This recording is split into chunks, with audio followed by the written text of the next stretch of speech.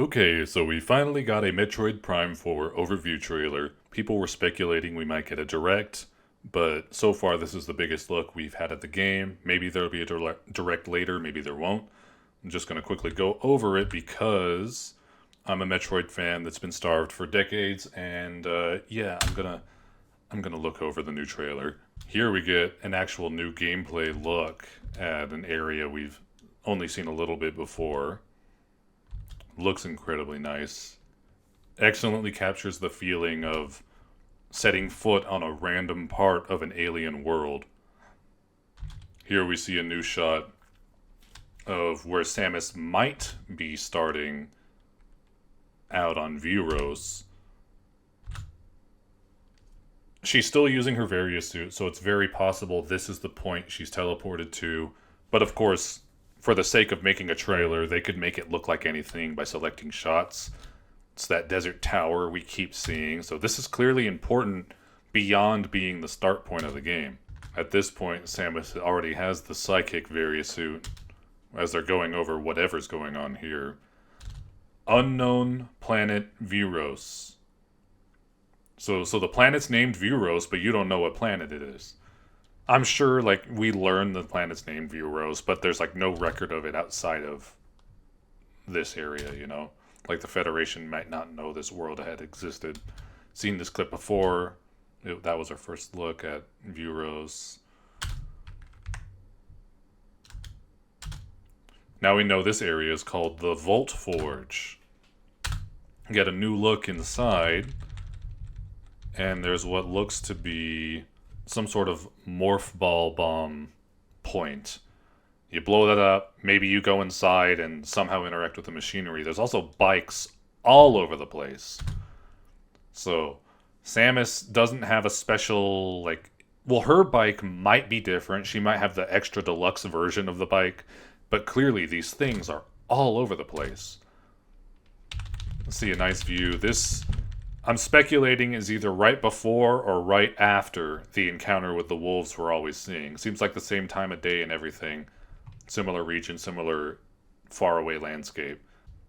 This is great. In the last trailer, I mentioned how much I loved the organic architecture, and then the fact that it's frozen over and abandoned. Metroid is great with abandoned civilizations. Everywhere Samus goes, it's either already dead or Samus kills it. So here, they call this area the Flare Pool Molten Facility. So they're separating it from the Vault Forge we've seen before. And the narrator talks about it being inside of a volcano. People speculated this was in the Vault Forge, but no, this is a different part of the world we haven't seen the outside of. We saw these pipes and clips of this region in the last trailer, the Survive trailer. This is a really nice shot. Just a great overview. Looks like maybe this is a map station updating our map, or maybe it plays some sort of narrative moment where we're activating something. Nice view of the connecting bridges. And they do tie it in with the map right after, so that could have been a map station. This is probably, just like we saw a cutscene with the yellow monsters, and that's probably the first time fighting them. This is probably our first time fighting these guys, because they have a detailed animation jumping into this specific part of the map. And there we see a Cybot using a new ability, a red shockwave, but it still looks like a standard Cybot because at least the appearance is identical. These guys, we see this one in the back is actually flashing red before they shoot. So there's like a basic beam and then there's like a charge attack that they do. Now, when we saw Samus scanning in the original trailer and the treehouse, she wasn't using her hand to scan. It's only in clips where she has the psychic suit where we see her using her hand, which makes me think the psychic Varia suit allows her to scan things she couldn't scan before. Maybe the default scan visor will just come up with like unknown ruins or glyphs. But with the psychic ability, we can read what it actually says. So here we can actually get some detail into what they're doing in this region we saw before. Genetic sequencing, genetic mutations. Maybe they were modifying themselves to survive some sort of catastrophe, or maybe they caused their catastrophe. The narrator is asking the question, are we going to find out what happened to the civilization? So obviously we're going to find out what happened to the civilization. New cutscenes, new interactions. I almost wonder if these holograms are like dead Lamorne that are like speaking through time into the past or future, because there's rumors about, time travel being a part of this game. Powers and abilities. Wow, Samus has her power beam. Missiles, fighting a side block. Also, bikes all over the place. Like, there's not just multiple bikes. There is an absolute ton of these bikes. Oh, Samus has the ability to jump. It's almost as impressive as her ability to open doors. Clearly, Retro has nothing to do with these actual trailer compositions.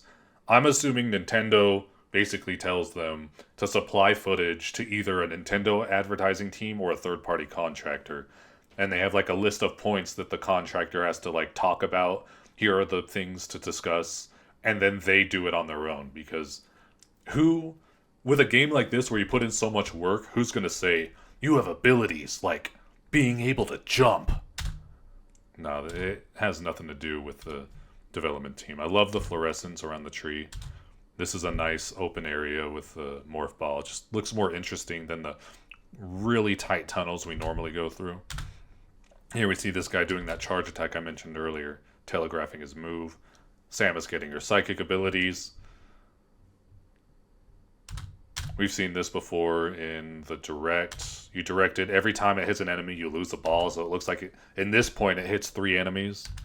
We also see on the side here, we have 3 charges of whatever. This could be related to what we're doing. This shot uses one of 3 charges.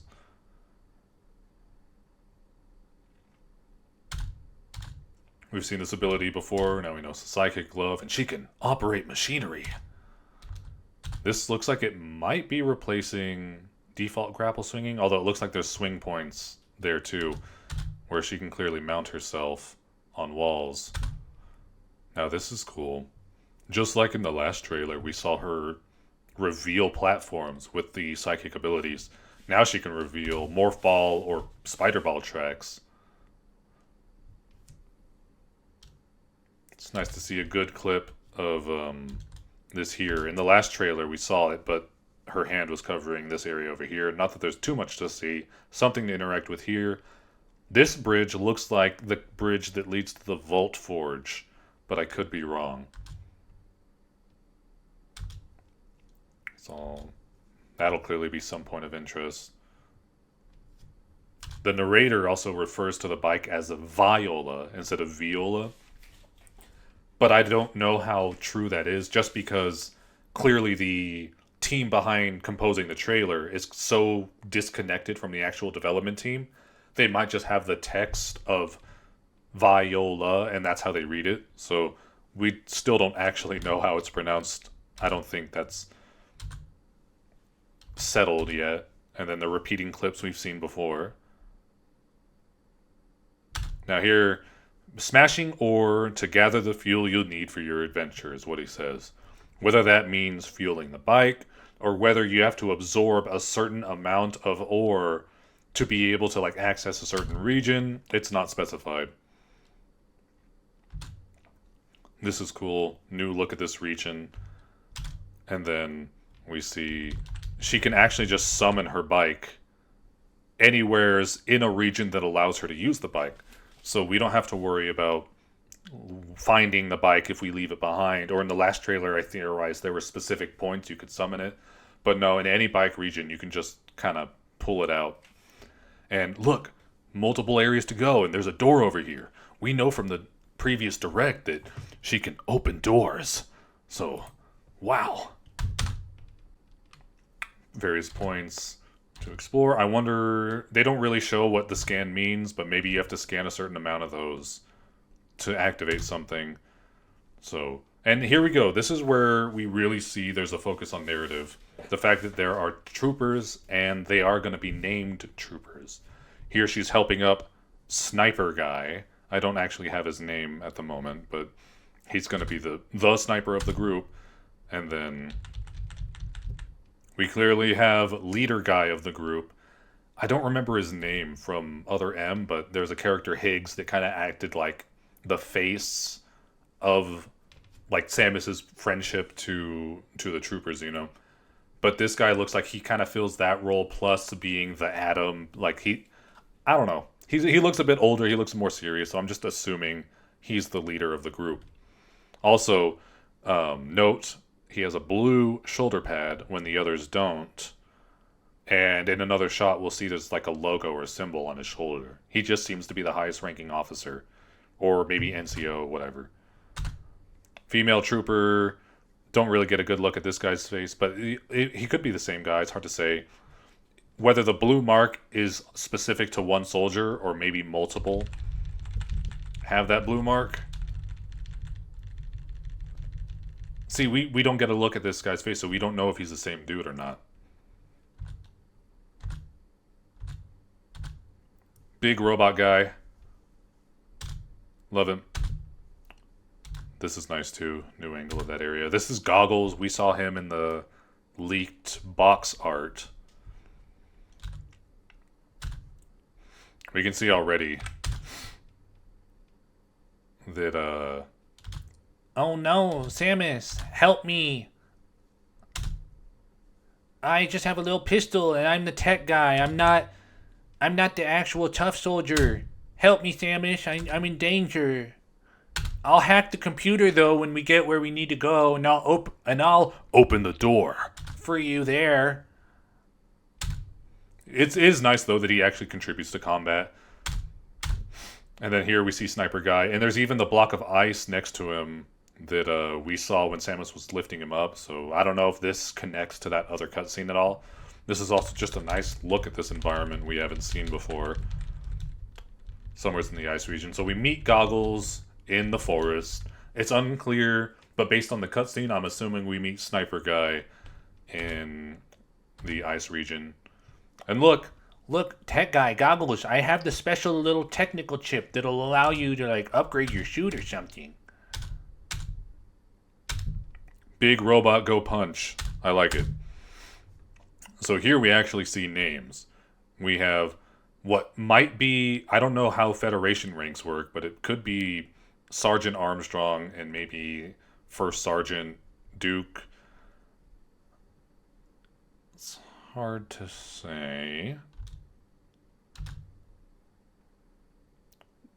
Judging by the gun, I think this is the Sniper Guy. It's hard to tell for sure because the scope is on the right side of his helmet, but the gun looks similar to what he was holding earlier. And clearly he's not the leader of the group. But then again, this guy doesn't have the blue markings on him. I don't know. We'll figure out who's who later. We also see Samus has this wheel finally filled out. Looks like she has her power beam, ice beam, electric, and the electric selected. And we actually see the way the gun looks. That looks really good. The purple on the gun also makes me think she has the psychic Varia at this point. Maybe the Viola suit. And also, just in general, the fact that these guys have to open this, I almost think we can encounter this area, scan it, and be like, the scan will tell us we have to move these things and shoot it, but we can't do it. Then we get the soldiers, come back to the area, and now we're able to work together to open it. I like the Federation troopers. I'm glad that they play some role. I don't think the narrative aspects are going to take away from the exploration. Here we see what I assume is the guy whose face we saw first. Blue markings as well. And a logo here. I'm just assuming he's the leader of the group. The voice seems to match as well. Assuming the voice is coming from him. With the trailer shots, they could be putting any voice clip over any video clip.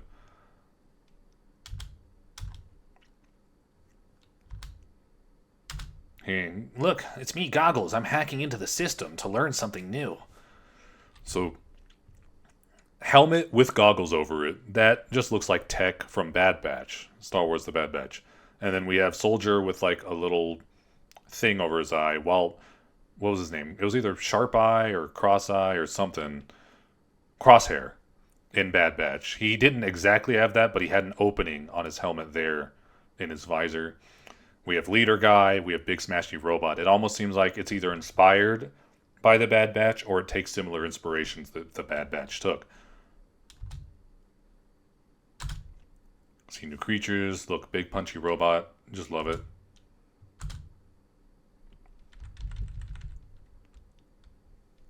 There's no real markings on him at all, but he does have the color scheme of the gray and blue that we saw the leader of the Federation troopers, or at least this team had. This is Sniper Guy.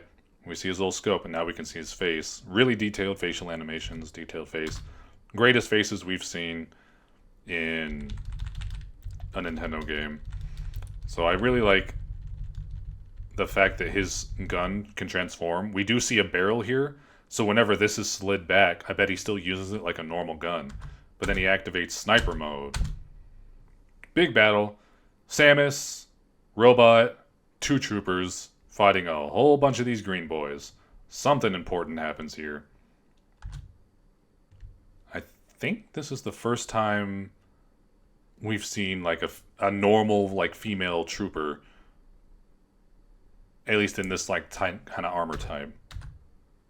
Cutscene. This looks like the War Wasp Hive fire system from Prime 1. Like, it doesn't look like it, but it looks like it'll play similarly.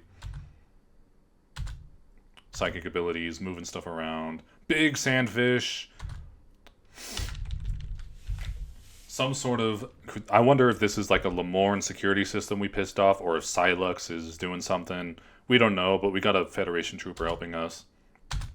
Big dragon. The tongue has a similar sort of effect that we saw in the Aberrax, where it looks like the Metroid is somehow interacting with this creature. Excellent look at the arena. Just looks like a cool place.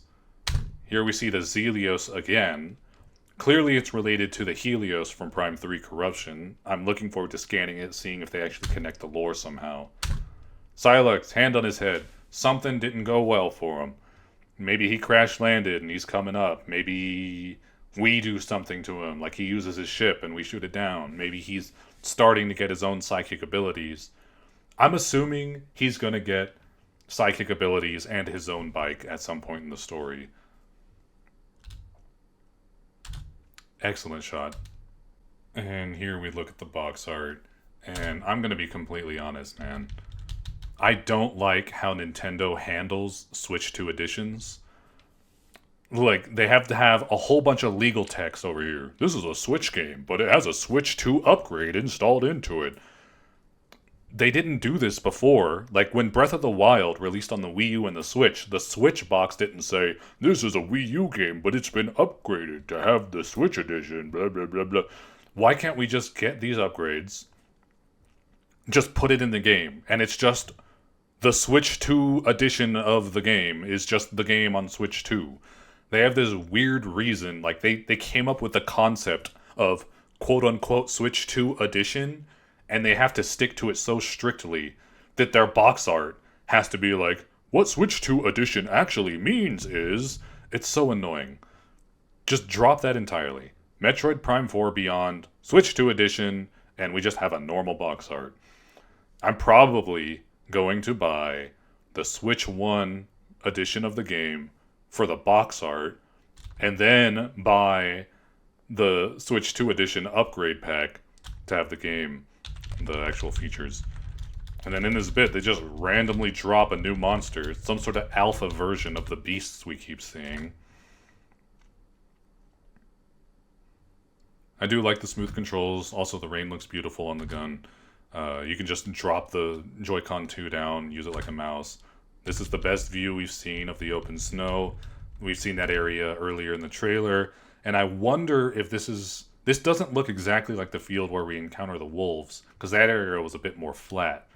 I wonder if that's just maybe before this. We go through the wolf encounter, we go over this little hill, and now we're here. Excellent look at this new area. We've never seen this shot before, this part of the forest. It's just a very beautiful place. More indoor bike. This is somewheres in the Vault Forge.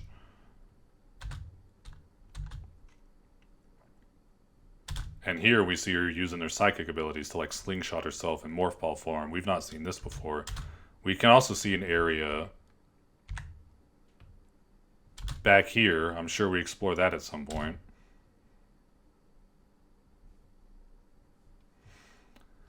Overall, I'm liking what I'm seeing.